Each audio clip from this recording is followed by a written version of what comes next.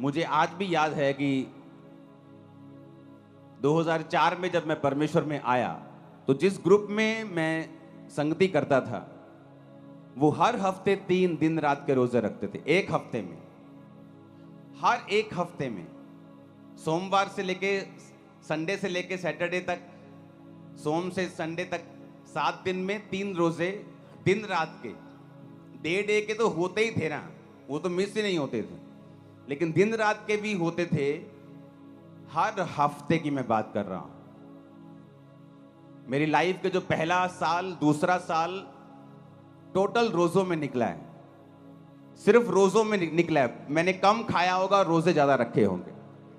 मुझे ओवर रोजे रखने के कारण मेरे पेट में भी बहुत सारी प्रॉब्लम्स पैदा हो गई थी, लेकिन यीशु मसीह में की गई मेहनत कभी व्यर्थ नहीं जाती।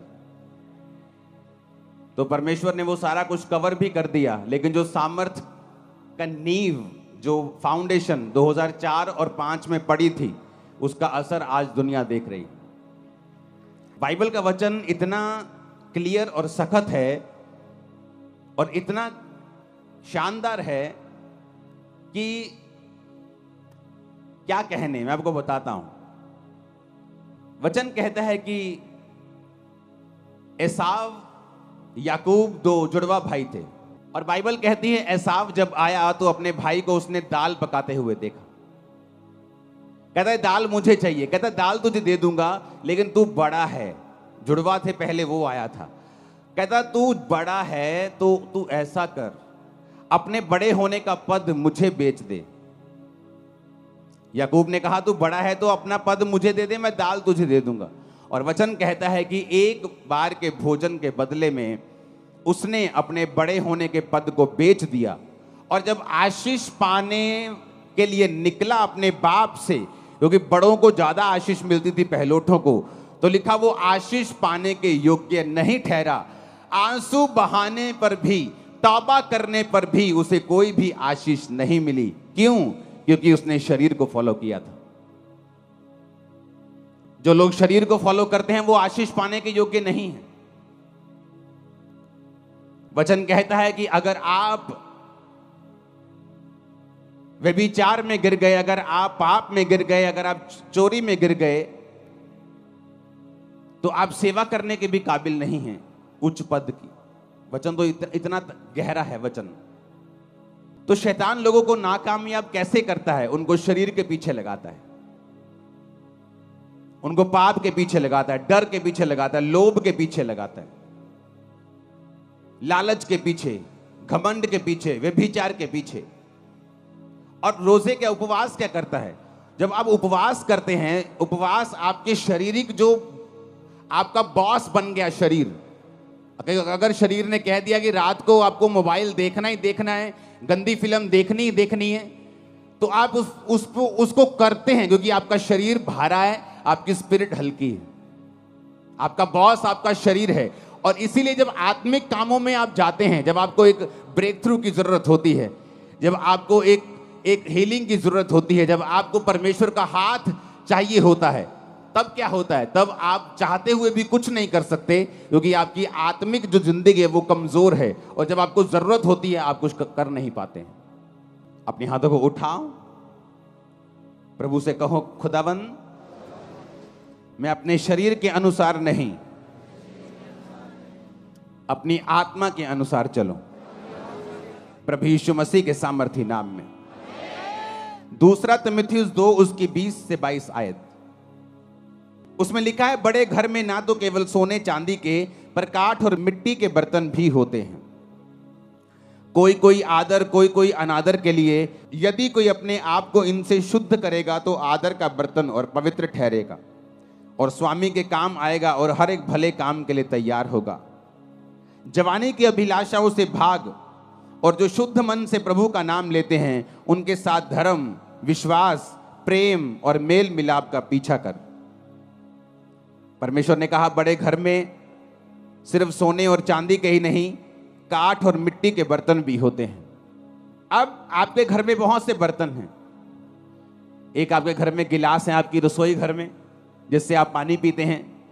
प्लेट पड़ी है जिससे आप खाना खाते हैं। एक बाल्टी ऐसी पड़ी होगी, वाटर कूलर पड़ा होगा जहां आप पानी स्टोर करके रखते हैं, उससे पानी पीते हैं।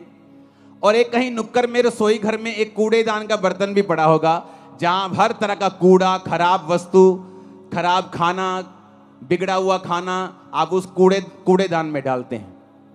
वचन क्या कहता है कि वो कूड़ेदान का जो बर्तन है वो भी उसी घर का है, और जो आदर का बर्तन है जो स्वामी के मुंह से लगता है वो भी उसी घर का बर्तन है। तो परमेश्वर ने कहा कि लोग है तो मेरे विश्वासी, है तो मेरे बच्चे, है तो मेरे ही घर के बर्तन, पर कोई तो आदर का बर्तन है और कोई निरादर का बर्तन है। और लिखा, जो कोई अपने आप को इनसे शुद्ध करेगा, किन से? व्यभिचार से, पाप से, शरीर के कामों से, निंदा से, चुगली से, विश्वासघात, माता पिता की आज्ञाओं को ना मानना, ढीठ, घमंडी, लड़ने वाले, गालियां निकालने वाले। परमेश्वर ने कहा अगर तुम इन चीजों से अपने आप को शुद्ध नहीं करोगे तो तुम अनादर के बर्तन ठहरोगे, और अगर तुम अपने आप को इन चीजों से शुद्ध करोगे तो आदर के बर्तन ठहरोगे। अगर तुम आदर के बर्तन ठहरोगे तो स्वामी के काम आओगे। अगर तुम स्वामी के काम आओगे, उसके मुंह से लगाए जाओगे, तुम्हारी आशीषें अलग होंगी, तुम्हारी आशीषें दूसरों के जैसी नहीं होंगी, क्योंकि तुम आदर के बर्तन हो। लिखा है क्योंकि मनुष्य स्वार्थी, लोभी, डींगे मारने वाला, अभिमानी, निंदक, जिसे अपना ही स्वार्थ है, जो हर काम अपने ही फायदे के लिए करता है, लोभी है, लालची है, हर चीज को बेचना आता है उसे, डींग मार, वो चर्च में गए थे, अच्छा ठीक नहीं हुए, आ जाओ मेरी चर्च में, डींगे मारनी। खुदावंद का आत्मा यहां आपको हील करता है, मैं नहीं। आप गवाह होंगे, और आप गवाह हैं, लंगड़े चलाए जाते हैं और कोढ़ी शुद्ध किए जाते हैं। लेकिन आपने कभी ऐसा नहीं सुना होगा कि अगर चंगाई चाहिए तो सिर्फ मेरी चर्च में आओ। यह निशानी है कि वो पास तक गिर चुका है और वचन में नहीं। अभिमानी, निंदक, माता पिता की आज्ञा टालने वाला, कृतगण यानी विश्वास, थैंक्स गिविंग ना करना, ऐसे दो तरह के लोग होते हैं। प्रभु के सामने कृतगण, लोगों के सामने कृतगण। प्रभु जो मर्जी कर दे उसका थैंक्स नहीं करते, अगली डिमांड, उसके अगली डिमांड, जो प्रभु ने पीछे किया उसका कोई थैंक्स नहीं, अगली डिमांड, उससे अगली, उससे अगली, उनको कृतगण बोलते हैं। और ऐसे लोग भी होते हैं, आप अगर उनके लिए कुछ करेंगे, बोलेगे ले मैं तो इनका वर्कर हूं, ये तो इनका फर्ज बनता था करना। मैंने लाइफ में वर्कर देखे 30-30 साल से काम करते हुए, सेम सैलरी, धीरे धीरे सैलरी बढ़ रही है कछुए की चाल से, और कोई हेल्प नहीं की। मैंने देखे हैं वर्कर लोगों के घरों में काम करते, लोगों की जिंदगी में काम करते हुए। तो उसने कहा जब तुम्हारी हेल्प हो, जब तुम्हें कुछ मिले तो उसका थैंक्स करो, वो इंसान हो या परमेश्वर। अपवित्र, दया रहित, क्षमा रहित, दोष लगाने वाला, असंयमी, कठोर, भले के बैरी, विश्वासघाती, ढीठ, घमंडी, प्रभु के नहीं सुख विलास के चाहने वाले, भक्ति का भेष धरेंगे पर शक्ति को न मानेंगे, ऐसों से परे रहना। परमेश्वर ने कहा यदि तुम अपने आप को इनसे शुद्ध करोगे तो आदर के बर्तन ठहरोगे। पौलुस को देखो, कई बार हम दुखों से निराश हो जाते हैं कि परमेश्वर ये दुख क्यों आया, ये दुख क्यों है। 2004, 5, 2006, 2007, 8, 9 तक, 10 तक मैं हमेशा परमेश्वर के सामने कंप्लेंट ही करता रहता था, खुदावन ये मेरी लाइफ में प्रॉब्लम क्यों नहीं जा रही, सेवा में आने के बाद भी ये दिक्कत क्यों नहीं खत्म हो रही, ये मेरी लाइफ से क्यों नहीं जा रहा, ये संघर्ष खत्म क्यों नहीं हो रहा। आज हम पौलुस की पत्रियों को पढ़ते हैं। अगर हम पौलुस की पत्रियों को पढ़ते हैं, उन 13-12 जितनी भी 13 पत्रियां हैं, तो पौलुस की पत्रियों को पढ़ते पढ़ते हमें यह समझ आती है कि पौलुस ने अपनी 13 पत्रियों में एक ही बात की है, तुम्हारे कैरेक्टर को किस तरह से मजबूत रखना है, क्योंकि शैतान तुम्हारे कैरेक्टर को खत्म करके ही तुम्हारी लाइफ में काम करता है। और पौलुस ने कहां से ये पत्रियां लिखी हैं? जेल में से। जेल कैसे गया? सुसमाचार के लिए, अपने पाप के लिए जेल नहीं गया। वो लोग अपने पापों के लिए जेल जाते और बोलते कि मैं प्रभु के लिए जा रहा हूं, लेकिन बाइबल कहती है वो खुदाबंद के कामों के लिए लोग उससे जेलसी करते थे, वो जेल में गया। जेल में गया तो एक आम इंसान सोच सकता है कि अगर ये परमेश्वर का दास है तो फिर जेल में क्यों गया, फिर प्रभु इसको बाहर क्यों नहीं निकालता। लेकिन वचन में क्या लिखा है? वचन में लिखा है कि जब वो जेल में गया तो वो सारी पत्रियां उसने जेल के अंदर से लिखी।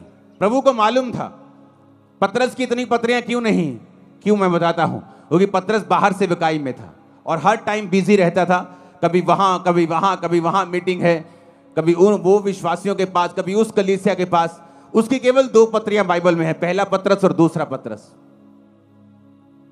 अब जब सेवकाई में कोई तो चाहिए जो इस लेवल का हो, जो पतरस के लेवल का हो, जो यूहन्ना के याकूब के लेवल का हो, उसी की पत्रियां काम आएंगी। छोटे लेवल का कोई लिखेगा तो उसकी पत्रियों में वो बात नहीं होगी, वो पवित्र आत्मा की भरपूरी नहीं होगी। तो परमेश्वर जानता है कि पौलुस एक ऐसा जन है जो उस लेवल का प्रेरित है। और वचन क्या कहता है? वो जेल में गया और उसने पत्रियां को लिखा। परमेश्वर का उसको जेल में डालने का रीजन ये था कि आने वाले समय में इतनी सेवकाई का असर पतरस का नहीं हुआ जितना पौलुस का हुआ। आज हम किसकी पत्रियों को पढ़ के अपने कैरेक्टर को सही रखते हैं? पौलुस की पत्रियों को पढ़ के, हाँ या ना? पौलुस की पत्रियां पढ़ते हैं। आप तीमुथियुस पढ़ो, जहां उसने लिखा है अपने स्पिरिचुअल सन को, उसने कहा मैं अपने आत्मिक पुत्र तीमुथियुस को लिखता हूं, ये करना है, ये करना है, ये करना है। दूसरा तीमुथियुस कैरेक्टर के बारे में, कुलुस्सियों कैरेक्टर के बारे में, थिस्सलुनीकियों कैरेक्टर के बारे में, तीतुस की पत्री, फिलेमोन की पत्री। अगर आप इन पत्रियों को पढ़ेंगे आपको कैरेक्टर नजर आएगा कि पौलुस ने कैरेक्टर के विषय में बहुत सी बातें की। हालेलुया। लेकिन कैसे की? बाइबल कहती है हर एक चीज मिलकर भलाई को पैदा करती है जो प्रभु यीशु से प्यार करते हैं। उसने अपने आप को पवित्र रखा, फास्टिंग में रखा, प्रेयर में रखा और जेल से पत्रियां लिखी जो आज तक हम पढ़ के आशीष पा रहे हैं। अपने हाथों को उठाओ, बोलो हर एक दुख के लिए जो खुदा की मर्जी से आया, मैं खुदा का थैंक्स करता हूं।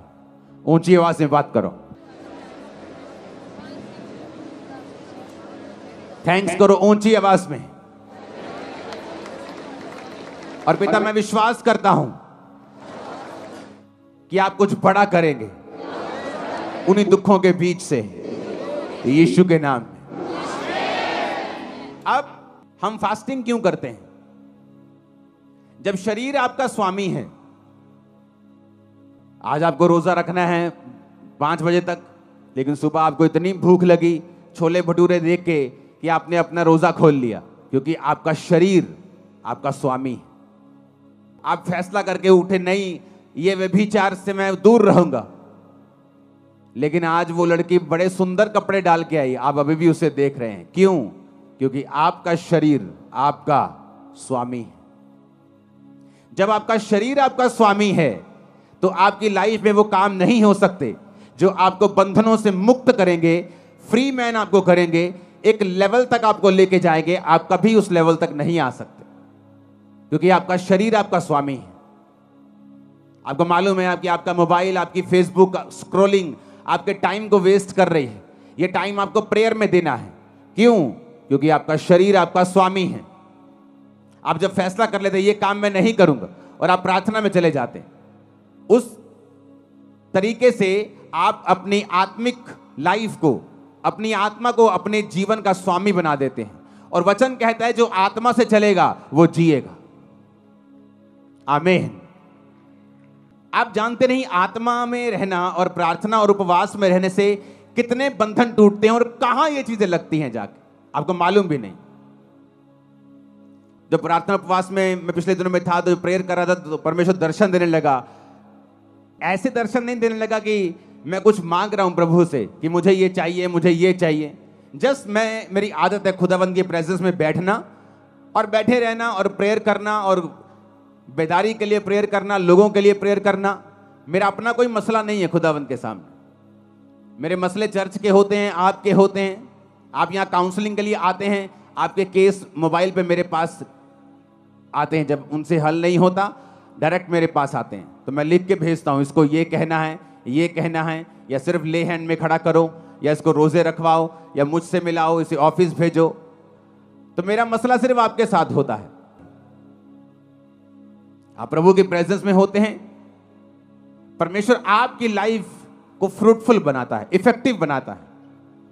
वो आपके बिजनेस के बारे में आपको दर्शन दे सकता है। आपका बेटा जो बचा नहीं है, नशे करता है, उसके बारे में आपसे बात कर सकता है। आपकी वाइफ के बारे में, आपके हस्बैंड के बारे में, आपके बच्चों के बारे में, आपकी सेहत के बारे में, किसी भी बारे में वो आपसे बात कर सकता है। जो चीज कमजोर है, शैतान के हाथ में है, बंधन के नीचे है, उसके बारे में प्रभु आपसे बात करता है। इसलिए तो वचन में लिखा है कि मैं अपने वचन को भेज के अपने लोगों को चंगा करूंगा। जैसे आप बिजली का बिल भरने, पुराने टाइम में लोग लाइन में लगते थे, पता नहीं आज लगते हैं कि नहीं लगते, ऑनलाइन हो जाता सब कुछ, लेकिन लाइन में लगते। तो आप लाइन में तो लगे हुए हो, छुटकारे की लाइन में, हीलिंग की लाइन में, लेकिन जब तक आप फास्टिंग, उपवास, प्रार्थना, तौबा, शरीर के कामों से मुक्त होकर प्रभु के सामने समर्पित आप नहीं होंगे, तब तक आप लाइन में तो हो पर आपका नंबर नहीं आएगा। लाइन में तो लगे हुए हो, चर्च तो जा रहे हो, पता सब कुछ है, प्रभु की दया भी है, लाइन में लगे, ये भी एक फजल है, प्रभु को जानते हो, ये भी एक अनुग्रह है। लेकिन रियल छुटकारा, नंबर कब आएगा? जब तुम इन बातों को फॉलो करोगे। ऊंची आवाज में हालेलुया बोलो। और जब हम उपवास करते हैं, क्या होता है? उपवास हमारे शरीर के जो बॉसपन है, उसका जो बॉसी शरीर है, जो मालिक बनता है, वो उसके मालिकियत को खत्म कर देता है। जो शरीर का प्रभाव है, पाप का प्रभाव है, गंदगी का प्रभाव है, नेगेटिविटी का प्रभाव है। मुझे आज भी याद है 2004 में जब मैं परमेश्वर में आया तो शैतान मेरे पे अटैक करता था बहुत। वचन जानने के बाद भी, प्रार्थना करने के बाद भी, सिर्फ 1 2 3 4 महीने ऐसा हुआ मेरे साथ। तो जब वो अटैक करता था मेरे पे कभी कभी, तो पवित्र आत्मा मुझे पता क्या बोलता था? मुंह से बोल। मैंने फास्टिंग स्टार्ट कर दी। खाना 6 बजे खाया है, शाम को 7 बजे, 10 बजे है रात के अभी, लेकिन मेरे मुंह से निकलता, मैंने मेरी अभी से फास्टिंग स्टार्ट। जब मैं मुंह से निकालता था, प्रार्थना में बैठता था, शैतान के अटैक कम होने लगते थे। सिर्फ मुंह से निकाला, फास्टिंग स्टार्ट है। मैं फास्टिंग से, प्रेयर से, उपवास से शैतान के ऊपर मैंने फतह पाई। जब आप फास्टिंग करते हैं, आपका जो शरीर बॉस है, उसकी जो मालिकियत है, बॉसीपन है, वो खत्म होता है। वो कम शरीर जो है, उसकी जो इच्छाएं हैं, वो आप देखना फास्ट रख के, खासकर जो लोग दिन रात के फास्ट में, दिन के फास्ट में ये इतना प्रभावित नहीं होता। मैं आपको बता रहा हूं, फायदा होगा, उसका फायदा होगा, प्रभु आपके प्रेयर को सुनेगा, फास्टिंग कबूल होगी। लेकिन दिन रात के जो फास्ट हैं, ये एक अलग लेवल के फास्ट है। तो जब दिन रात के फास्ट हम रखते हैं, तो आपके शरीर के अंदर से जो कब्जा किया हुआ है शैतान ने, जो बंधन है, जो बॉन्डेजेस हैं, पाप के प्रति आपका खिंचाव है, प्रभावित है आप उससे, आप कंट्रोल नहीं कर पा रहे हैं, आप दिन रात के फास्टिंग में चले जाएं। आप देखें आपकी आत्मा कैसे आपका बॉस बनती है। इसलिए वचन में क्या लिखा है? जब तुम शरीर के अनुसार चलोगे तो मरोगे। कौन सी मौत के बारे में बात कर रहा है? वो शारीरिक मौत की बात नहीं कर रहा है इसमें।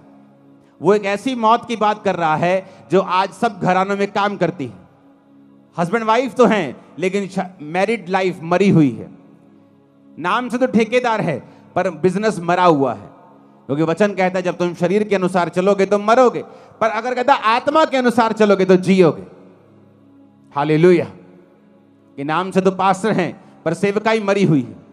कोई रिजल्ट नहीं, कोई उत्साह नहीं लोगों में, कोई अधीनगी नहीं, कोई लाइफ नहीं, कोई बोना नहीं, कोई प्रेयर नहीं।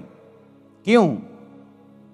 आपको शरीर के ऊपर पास्टर को फतह पानी पड़ेगी, उसको पाप के ऊपर फतह पानी पड़ेगी, फिर वो लोगों को लीड कर सकता है।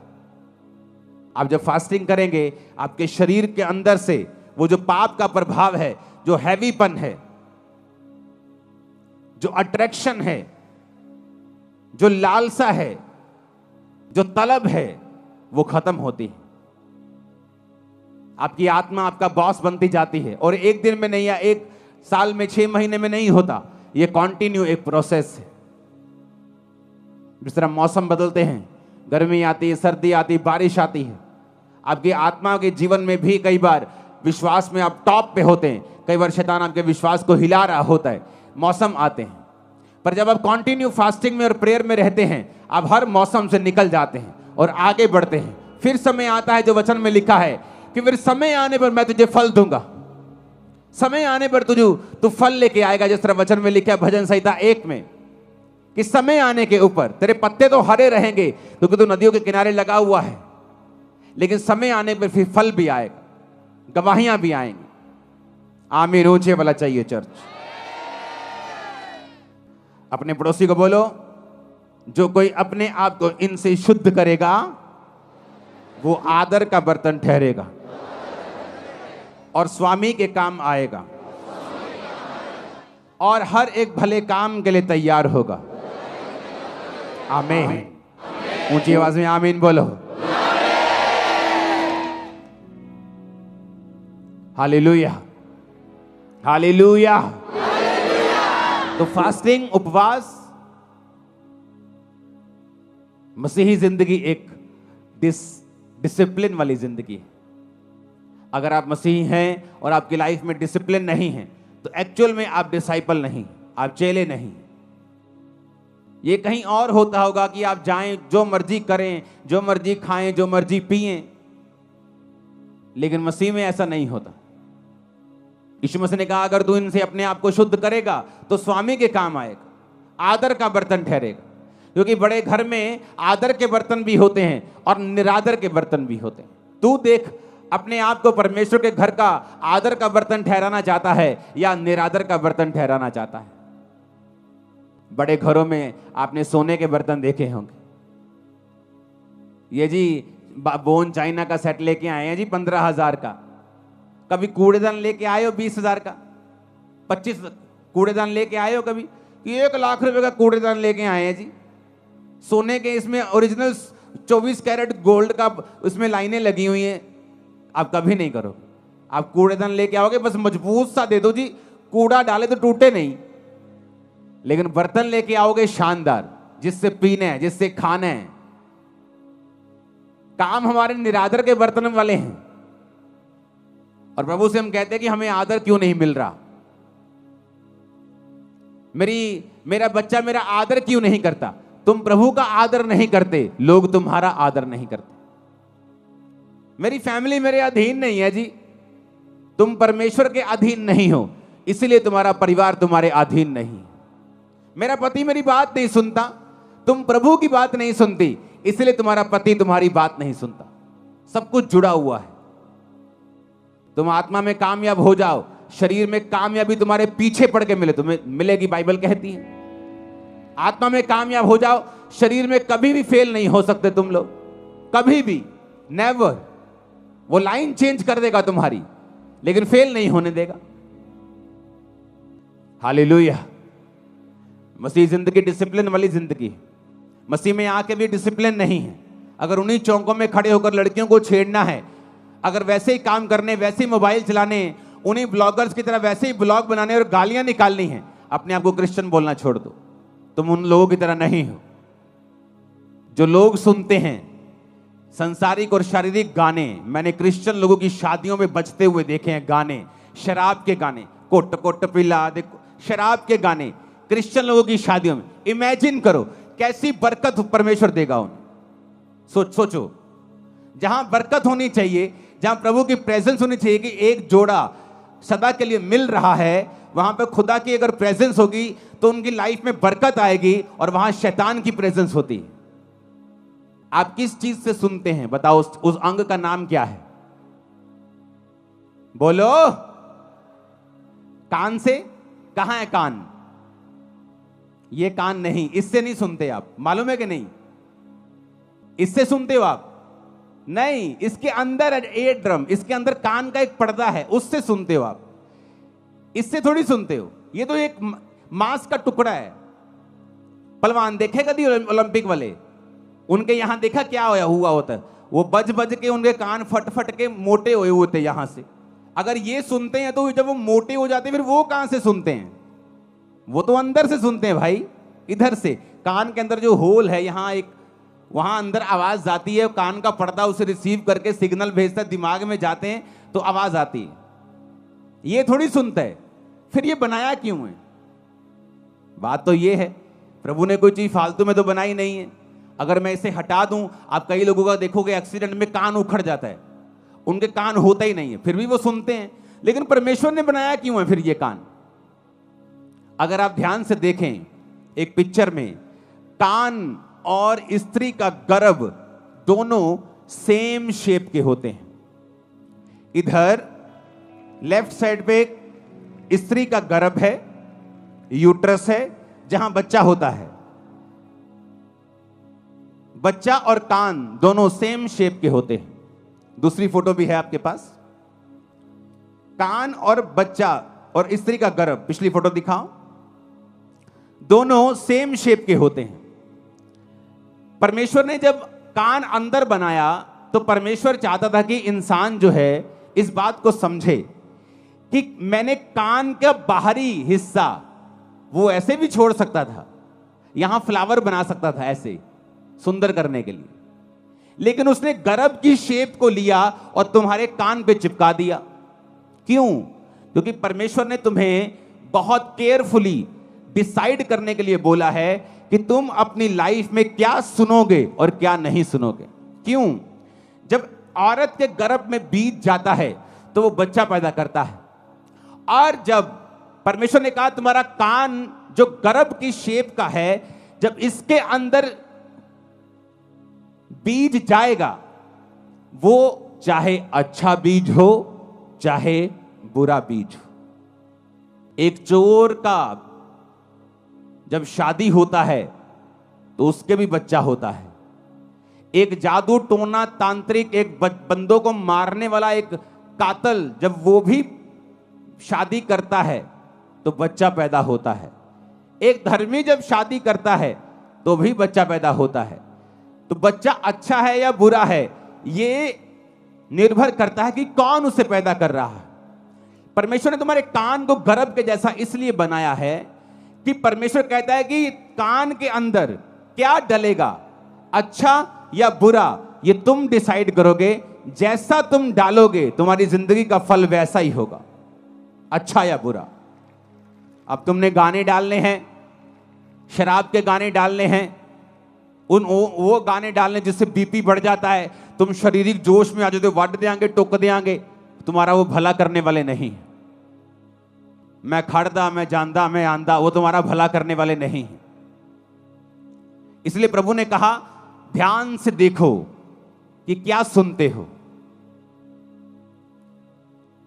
जब मैं चर्च में से वापस आया करता था तो मेरी आदत ही हिंदी गाने सुनने की, तो हिंदी गाने में सुनता था। और एक दिन पवित्र आत्मा ने मुझे प्रेरित किया, तो मैंने अपने भाई से, क्रिश्चियन भाई से पूछा, मैंने कहा क्या बेनीहीन गाने सुनता है? जैसे मैं हिंदी गाने सुनता हूं, बेनीहीन भी इंग्लिश गाने सुनता है फिल्मों के? कहता नहीं यार, वो नहीं सुनता होगा। मैंने कहा अगर वो नहीं सुनता होगा तो मुझे भी नहीं सुनने चाहिए।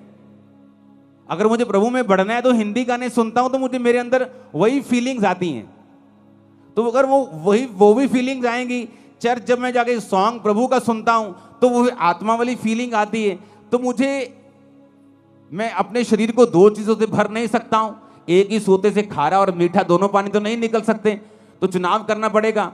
उस दिन से कैसेट्स होती थी, तब सारी फेंक दी थी, कोई गाना नहीं सुनना। और पवित्र आत्मा कैसे भरता है? जब मैं सॉन्ग सुनता था, ये सुखविंदर साथ होता था सॉन्ग 2004 से 5 से, जब गीत गाते थे, सॉन्ग सुनते थे, तो वो सॉन्ग सारा हफ्ता दिमाग में बजता था, जब तक अगली मीटिंग नहीं आती थी। 3-4 दिन वो सॉन्ग बजी जाना आत्मा में, जब तक कोई और सॉन्ग नहीं सुन लेना। तो उस वजह से पवित्र आत्मा से हम भरपूर रहते थे, सब लोग जितने इस नियम के ऊपर चलते थे।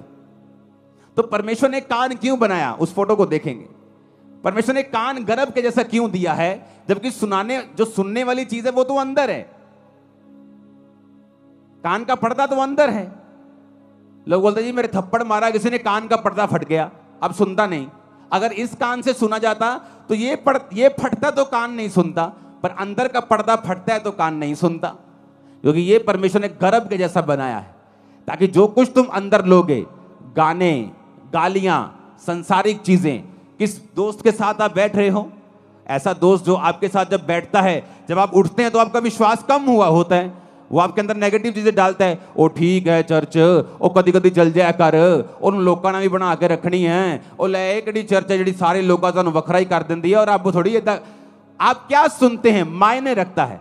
आप अगर नेगेटिव सुनेंगे और उस नेगेटिव को कैंसिल नहीं करेंगे, आपने मान लिया कुछ नेगेटिव सुना और आपको मालूम नहीं है कि उसे कैंसिल करना है, उसे रिजेक्ट करना है, ऐसे लोगों के पास नेक्स्ट टाइम मत बैठें जहां बैठने पर आपका विश्वास कमजोर होता है। अगर वो रिश्तेदार है, त्याग दें कुछ सालों के लिए, उसे कुछ महीनों के लिए त्याग दें।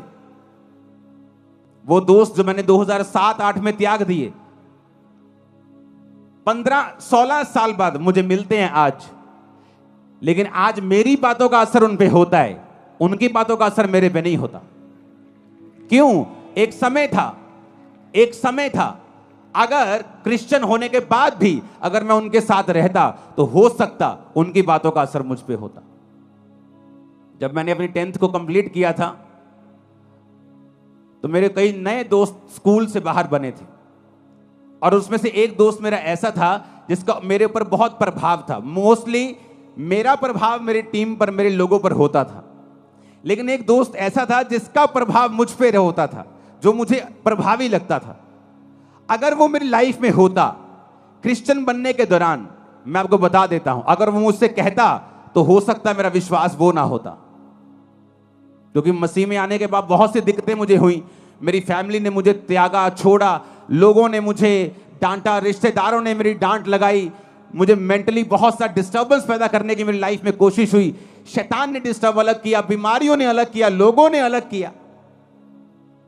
पर मसीह में आने के कुछ महीने पहले ही वो दोस्त को परमेश्वर ने मेरी लाइफ से दूर कर दिया था।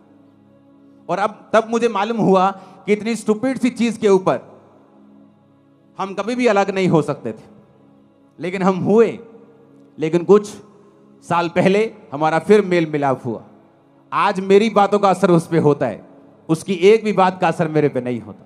टाइम होता है, एक समय होता है, खुदावंद आपकी बोलता है सहेली छोड़ दे मेरी बेटी, अपने दोस्त को मेरे बेटे छोड़ दे, अपने इस रिश्तेदार को छोड़ दे, कुछ साल के लिए अलग हो जा, अपनी लाइफ बना, अपना कैरियर बना। अरे यूपीएससी एग्जाम में भी, संसारिक सफलता लेने के लिए भी बच्चे जो हैं कुछ देर के लिए अलग हो जाते हैं। माता पिता अपने शहर को छोड़ के बच्चों के साथ दिल्ली चले जाते हैं एग्जाम की तैयारी करने के लिए। एक संसारिक आदमी को मालूम है संसारिक दृष्टि में कामयाब होने के लिए हमें त्याग करना पड़ेगा, और आत्मिक लोग इतने मूर्ख और इतने अंधे और इतने बहरे और गूंगे हैं कि वो त्याग करने के लिए बिल्कुल तैयार नहीं। उन्हें लगता है कोई त्याग करने की जरूरत नहीं, घर में बार बनाओ कोई प्रॉब्लम नहीं, घर में शराब पियो कोई प्रॉब्लम नहीं, कैसी भी संगति करो कोई प्रॉब्लम नहीं, कहीं भी जाओ कोई प्रॉब्लम नहीं, चर्च भी जाओ उधर भी जाओ, जब उनका प्रोग्राम आता है उस धर्म का आता है उधर भी जाओ, सब जगह जाओ। इसीलिए तो आप यहां बैठे हो जहां आपको नहीं होना चाहिए, कि 10 साल से नाम ठेकेदार है लेकिन ठेका कोई नहीं है आपको। आप वहां बैठे हो जहां आपको नहीं होना चाहिए। आपको फलवंत होना चाहिए था, बढ़ना चाहिए था। बढ़े क्यों नहीं? क्योंकि क्रिश्चियन व्यक्ति के बारे में बाइबल कहती है कि नमक का स्वाद अगर बिगड़ गया तो वो किसी काम का नहीं।